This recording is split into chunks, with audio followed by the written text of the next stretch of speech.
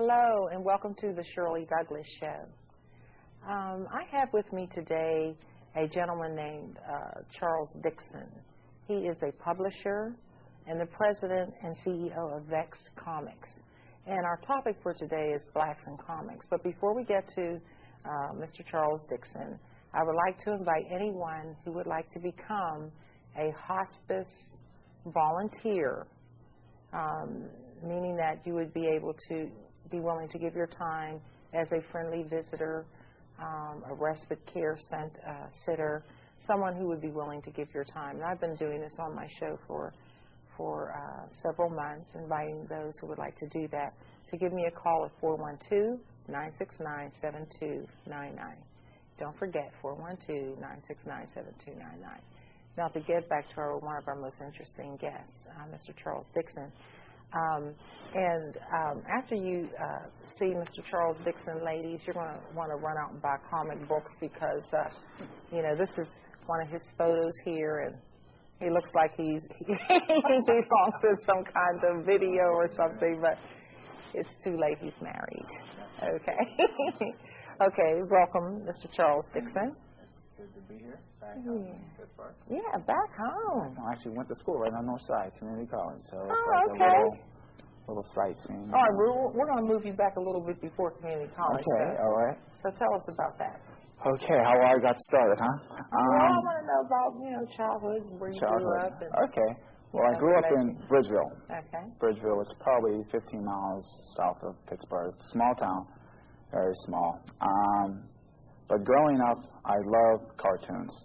Loved it. I think my favorite day of the week was Saturday mornings. Okay. Sit there with a big bowl of cereal and just chow down and just watch cartoons, And right there,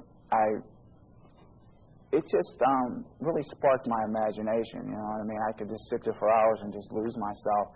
And as a kid, I had a very vast and vivid imagination. I mean, I could just think of stuff that would just, drive people nuts. I mean, nowadays, I guess they would call that, ADD, attention deficit disorder. But I call it having an imagination. And I would not trade that in for anything.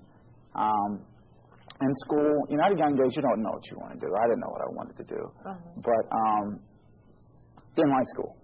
Okay. I thought school, to me, was very boring because it was hard for the teachers to actually, get my attention. Okay. Because I felt they weren't creative enough. And if you couldn't grab my attention, I wish I was a horse or something, seriously, so I wouldn't have to go to school because it wasn't like I couldn't do the work. I just felt it was boring. Yeah. But I would sit in school, and let's say if it was snowing outside, I can make up a whole story why I wish I was a snowman, out in the snow instead of being in a classroom. That's how my imagination was. It would just click on and click off. And as I got older, I learned how, this is going to sound funny, how to harness that power, I guess you could say.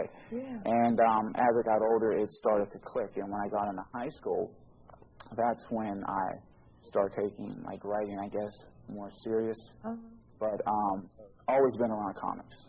Even as a kid, my uncles got me into comic books. And they would sit around and they'd read it to us. And not only would they read it, they would actually interact with us, make the story come to life. I love that. I love that. And I grew up on Thor, Spider-Man, Incredible Hulk, Wolverine, the X-Men, Captain America. But did you go see X-Men at the movies? I did. You couldn't resist it? Yeah, but I'm very critical. It was good, and I don't mean to burst anyone's bubble. I felt it could have been better. Okay. I'm very hard on those types of movies, period. So it's like I'm sitting there and just, most people will watch a movie, I study a movie. Oh, okay. Yeah, so, it was good. Yeah, but I felt it should while you were talking, I was thinking about this. You know how people missed the talent that was brewing inside of you as a child? Do you think that if you came across a young child, that you would recognize that because of you realizing what you've been through and how no one knew that you were a potential Mr. President, CEO of your own comic book? Right. Well, I'm like a big kid myself, seriously. So, yeah, I would definitely recognize that, and I would encourage any kid, whether you want to be a writer or whether a football player, musician, just go ahead and do it. You only live once. And I say, you know, if that's what you want to do, go ahead and do it. So I encourage kids. Yeah, definitely. Yeah. Well, I mean, but at some point in their life, how long did it take you to realize that you had something big inside of you? When you were in high school? You know, even with high school, what was funny was I was actually taking writing classes, and I wrote a paper, and I thought it was really good. And then, you know, teacher gave out the grades, and I think I got a D on the paper. And he called me out in front of the whole class. I won't mention any names. And he was like, you know, Dixon, writing like this, you will never become a writer. And that stuck in my head. And I said from that day, I said, I will prove him wrong. I will prove him wrong. Not only will I become a writer, but, you know, I'll own my own company. You know, so, yeah. So that stuck in my head. That stuck in my head. You turned a negative into a positive. Always. Oh, I love when people tell me I can't do something. Did you write particular, did you send them one of these publishing, you know, one of these little files right here? No, I didn't. I don't even know if he's still teaching now. I don't know. Oh, I would find you know. You know what I mean? Time to find. I don't know if he's still teaching, but that stuck out of my head. So, you know, it just pushed me. It just pushed me. Well, you're in a group of some very successful people, because I was sitting with a group of people where teachers and counselors had said some very negative things to them, just like he said to you, this writing will never, you know, you'll never get anywhere. And that was the very thing that motivated them to move ahead and do the very thing that person said couldn't happen. Exactly. And another thing, too, with me, growing up, now that I look back on it, when you're a kid, you really don't realize what you have. I mean, my family, I grew up with musicians, actors, designers, models. And seriously, my family was very, very talented, and I was always around that element. So at a young age, it all started to rub off on me, you know. And as I wish now that I would have even tried to grasp it even more, because, like I said, you're a kid, you don't realize what you have. And now that I look back, it was just so much talent flowing through that house. And I'm just glad that I was able to just snag a little bit of that. And a big influence for me was my mother. Very talented. And she was a big inspiration for me. And my mom passed away in '99. And one of the last things she told me, because she backed me 100% on whatever I did. And she was like, honey, don't quit. Whatever happens, you don't quit. And it was like certain parts of when I was, you know, getting started, it was like trying to ice skate uphill. And it was tough. For every step I would take forward, I'd take 15 back. But that would always be in my head. She's like, just don't quit. And I just stuck it out. And, you know, just rode it out. And it's picking up. Okay, what do you see as your first step to success? I've taken the first step to success already, and that was jumping into the business. Success is not the same for everyone. It's a different level for everybody, you know what I mean? But I think getting into the comic industry was a success for me. Getting that first book done. Getting that first book done. Because a lot of people always say, I'm going to do this, and I'm going to do that. And 1, 2, 3 years go by, and they're still running their mouth, and nothing ever comes out of it. I'm the type of person, if I say I'm going to do something, I'm going to do it, and I get it done. Okay. Yep. Well, I would like for our audience to see some of your comics. All right. And I guess we can get a good shot here. Yeah. This is the first comic. It's the first one, Internal Fury. And who is that guy? I don't know who it is. Oh, the front. I was like, that guy looks kind of familiar. Yeah. And can I share with the audience what you said? Yeah, sure. And I asked him, I said, you know, this guy looks kind of familiar. And he said he did that for legal purposes, but you can tell me. Yeah, I did it for legal reasons. A lot of times when you come out with characters or anything, people will say, oh, you stole it off me. And I said, well, if I use my face on it and they say that I stole it, I said, no. You know, because they're trying to get money off you or whatever. I said, no, you owe me money because that's me. So that was why I did that. And then your second comic? It's Gerald T. Maxwell. That's X-Con's nemesis there. Okay. On the second one. All right. That's the third one, and that's X-Con, Ricky Chow, a.k.a. Impala. and that's X-Con again on the 4th one. And that's the latest issue there. And you created these one at a time, or how did you do that? Well, actually, the story, it was one big volume, and I took and I broke it down into issues, and it'll be a 6-part series. So we got 4 done now. So it was one big story. It was actually a script. It was a movie script that I wrote, and I ended up breaking it down into comic books. Can you see yourself on a big screen? Actually, I would rather just stay behind. But I've done theater though. I've done plenty of off-Broadway plays. I've done improv. And you know what you've created. Since this is you, no one else can do it. I know. Yeah. But yeah, that's true. But if we animated, then you can get away with it. We can get away with that. Okay. And some of the things we were talking about, how you have, there are some people who, when they move forward, they forget about everybody else. Right. And they just do their thing, and it's all about them. But along the way, you have assisted other blacks to move forward in this business. Right. And there were some things like this T-shirt here. There was a black. Yeah, that was done by Carlito Raphael. Well, it was not that one, but there was another one that had the black one. It was a black T-shirt, the X-Con on the front, and then they had a nice headshot of him on the back, and that was done by Carlito Raphael, actually. Yeah, we don't have that one here, but yeah, I do my best to help people out. I would rather use talent that hasn't been discovered instead of the mainstream guys that you would find at these other big companies, because there's a lot of talent out there. And for my first issue, that was done by Jason Ross. That was actually my business partner at one point. Jason and I, we did the first 2. I did the storylines and all the editing and stuff like that, and Jason did all the artwork inside, and as far as the illustrations. And then the page layout was done by Deetra Wells. She kind of ties all the loose ends, lays all the pages and all those things out.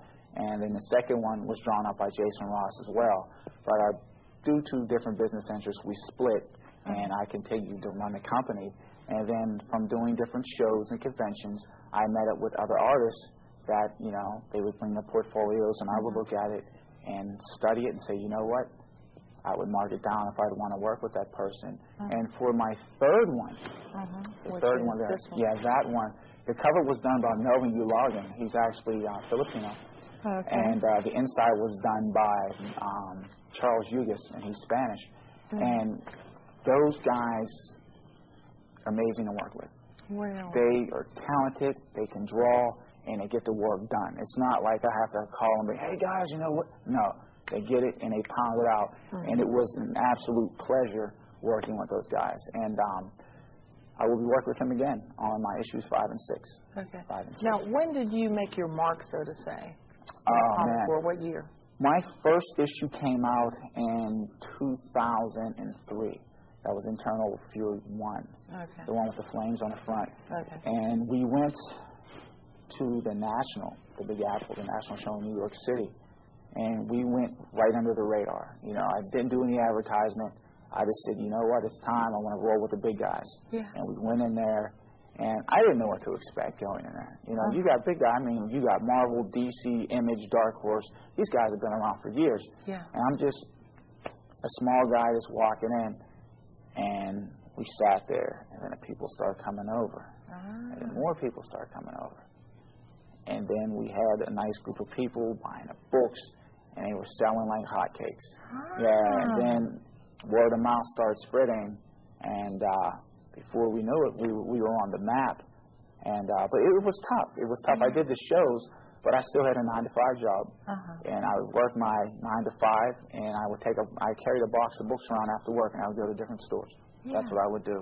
And I would introduce myself. I'm Charles Dixon. Tell them the company and this and that, and some would buy the books and some wouldn't. But the big break when the stores came from Midtown Comics, and it was Gal Bolzlov, he was the buyer there, and I walked in, and I think I had 10 books on me at the time. And he looked at the book, he's like, man, this is really good. And he goes, what's your guy's name? And I told him the name of the company, and he was like, man, this is really good. He's like, how many do you have? I said, well, I have 10 now. He said, well, I'll buy all 10. I said, cool. I sold them all 10. And I went home. I was like, hey, I got rid of 10 books. And it's like, all right. So we're all riled up and happy. And then I get an email the next day. He's like, I sold out. He's like, I need a bunch more. I went back down with, I think, about 50 more, and we sold out of those as well. Wow. So then, from word of mouth, and they put the books on the internet. The books were all over the place then. They were overseas, California, you name it, 50 states. They were everywhere. I don't even know where they were. And then the reviews start coming. So I did my next show. They're like, hey, man, I read the review. I said, okay. I didn't even know that people were doing reviews. So we started getting some serious feedback. Yeah. So that was cool. I mean, it made me feel good, but still the work wasn't done yet. A lot of people, they feel that, once you start getting recognized a little bit, they're going to lay low. Not me. That just made me, that just fueled me even more to go in and do even better. Got the second book done. And then from the second one, we actually got picked up by Diamond. Diamond is the biggest distributor of comic books in the world. So Diamond picked us up. People were telling me you couldn't do it. Oh, you need 4 books. And you have to get reviews from this person and this. And I was like, for what? Yeah. I said, if your stuff was good enough, you send it in and that's it. Yeah. First shot. Boom. Wow. Right out the blocks. We got it. People try for years to get in there. And we got it on the first shot. Wow. Yeah. And probably being a black helped you in that situation, you think? Most definitely, I think so. Because there's not many black publishers. Yeah. And I feel there are characters, but they're not as dominant as the other characters out there. I mean, if you would list the top 20 characters, you probably would see maybe one black character. Who would that one be? I think the biggest one right now is Black Panther. Oh. Yeah. That's probably the biggest one now. And I know there's supposed to be like a Luke Cage movie, but still they're always put to the side. So I'm looking to try to change that. Yeah, I think you're going to change that. I'm praying that I do. Okay, and then is there one of these that's more in demand than the others? I would say no, because it's all a set. Oh. So when they purchase this? You can buy it one by one, but what I tell people is that if you buy the first one, you're definitely going to come back and buy the second one. The way I write is I don't tell you everything, because I want to intrigue the reader. Yeah. I want you to think. And I always tell people I'm not writing Sally, Dick, and Jane books. You know what I mean? I'm not going to lead you A, B, C, D. I want you to read, try filling in the blanks, try to guess what's going on, because once you start thinking, you'll be injecting it to the story, and you'll be living the story with the character. You will be the character. And so you can get the first one, but then your appetite, it's going to just increase your appetite. And if you're an avid comic reader, you're just going to be caught up in it, and it wouldn't make sense just to buy one anyway. You want to get the whole thing. The whole thing. The whole set. Yeah. And anticipating, when do you see your 5th and 6th one coming out? That will be in the fall. In the fall. Yeah, the graphic novel should be out, I would say, August, September, and then the 5 and 6 will probably be done for the big shows in New York, either November or January.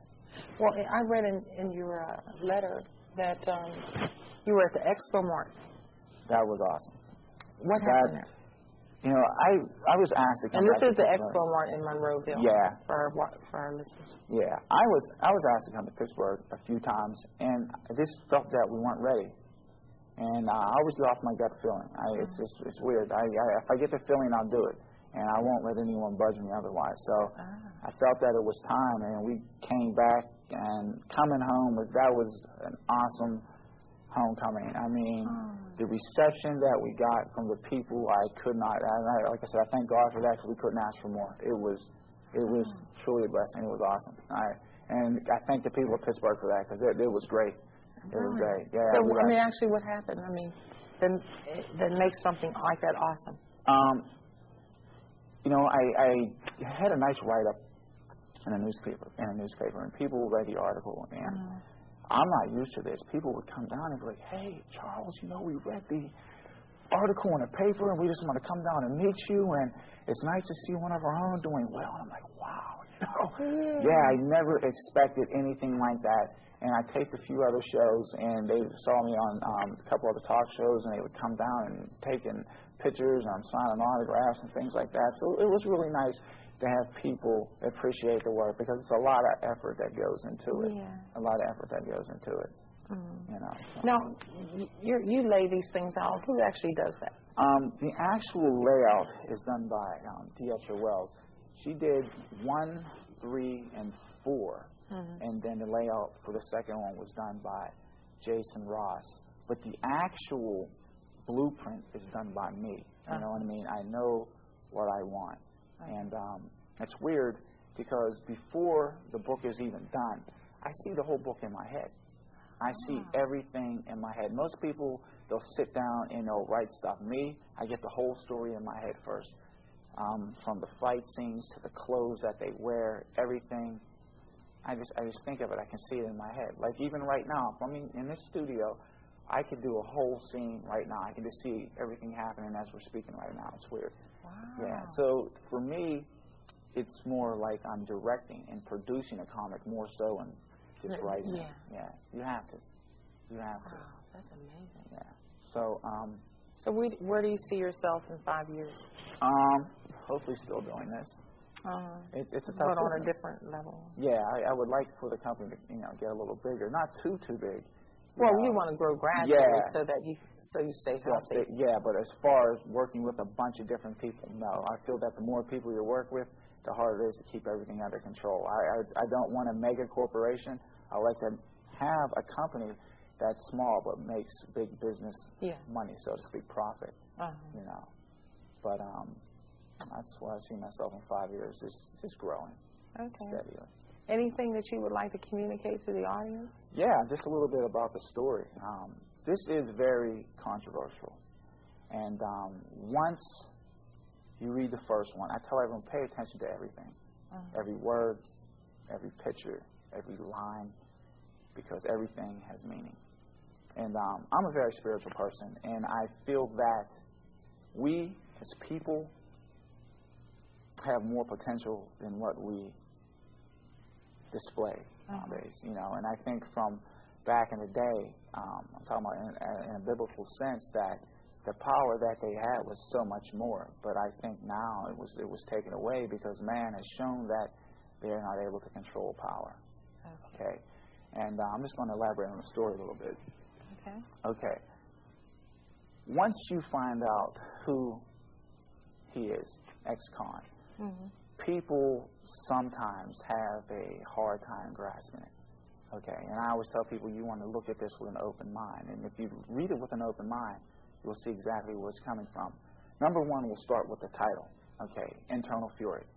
And a lot of people, when they hear Internal Fury, the first thing they say is, well, it's rage. No, it's not rage. It's not rage at all. You have internal fury. I have internal fury. And what it is in the Vexed Comics world, internal fury means that the passion burning inside someone to succeed. That's it. It's not anger. If you don't have that fire burning in you, you're not going to make it. You're not. You know, when it comes time to fight, you're just going to, you know, whether it's in school, you know, you're going to get good grades or you're going to fail out. Or you're going to get the job or you're just going to walk away from it. If you want to succeed, you need to have internal fury. You need that passion burning in you so you can succeed. That's all it means. You know, so like I said, a lot of people want to prejudge things. You know, so I say, no, you have to read the stuff with an open mind.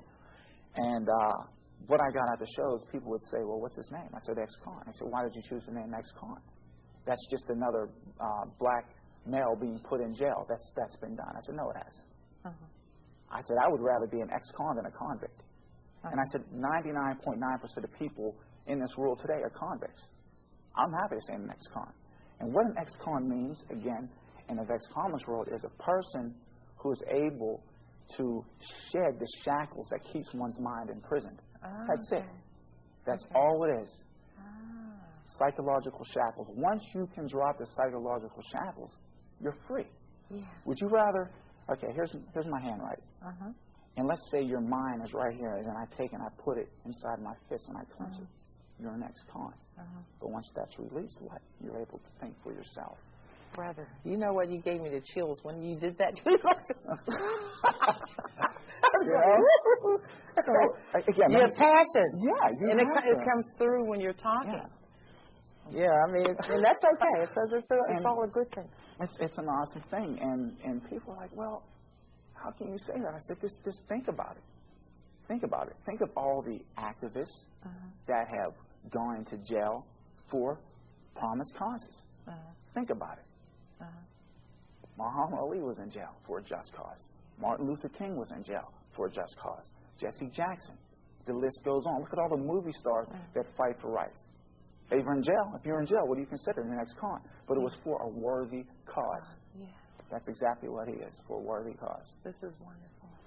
And so, what you're saying, look at this from maybe even a spiritual aspect. Definitely. Okay. Definitely. Because that's awesome. Yeah. The way that you explain that. I think so. And for them to keep an open mind and to look at front. That ought to be an ex-con. I'm an ex-con. Yeah, I think everyone needs to be an ex-con. And once you really think about it, it clicks. It clicks. You know. Well, man, we're so glad to have you here. Fun to be here. It was great. And for you ladies out there, you want to get this is for everybody. I'm just teasing. Yeah, it is.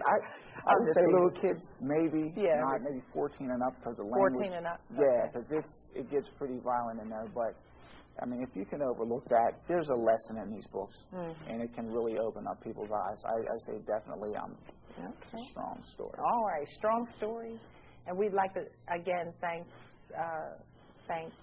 Mr. Charles Dixon for being here again. He's the publisher and CEO of Vexed Comics, and man, it was wonderful.